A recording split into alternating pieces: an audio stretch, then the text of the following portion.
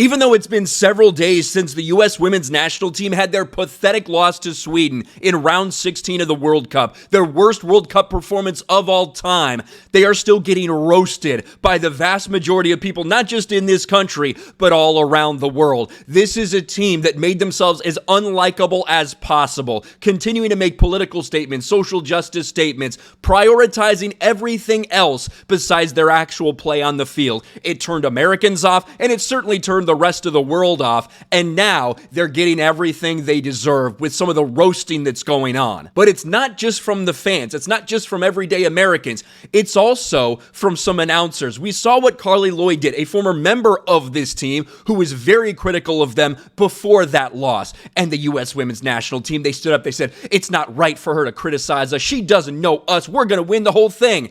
And then they go out and lose to Sweden. Well, now somebody else who has experience with World Cup games playing for the United States is also criticizing them. Alexi Lalas has stern message for polarizing U.S. women's national team after World Cup flame out. And yeah, he basically told it how it is. He said, you know what? There's a lot of people here in this country that are turned off by this team. They're unlikable as fuck. So if you see Americans that don't exactly have a problem with this team losing, maybe they are the ones to blame for that and not the people, not the fans in the United States. Take a look at this.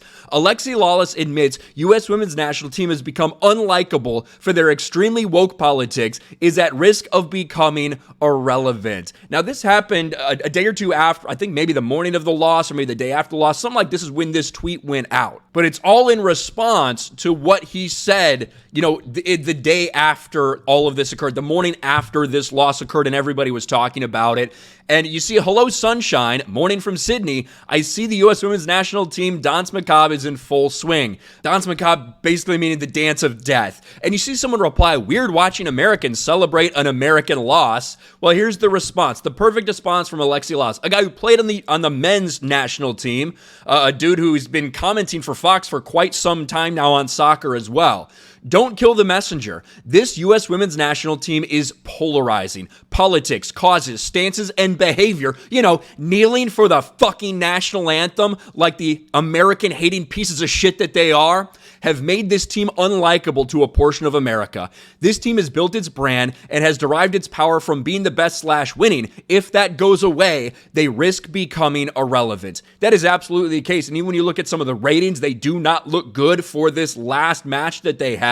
It actually pales in comparison to the men's World Cup matchup we saw last year, but that's a different story for a different video. The point is, you have somebody who has been involved with U.S. men's national team stuff, who was on the team, who went to World Cups, who's been commenting on Fox for quite some time on soccer, saying it as plain as you possibly can.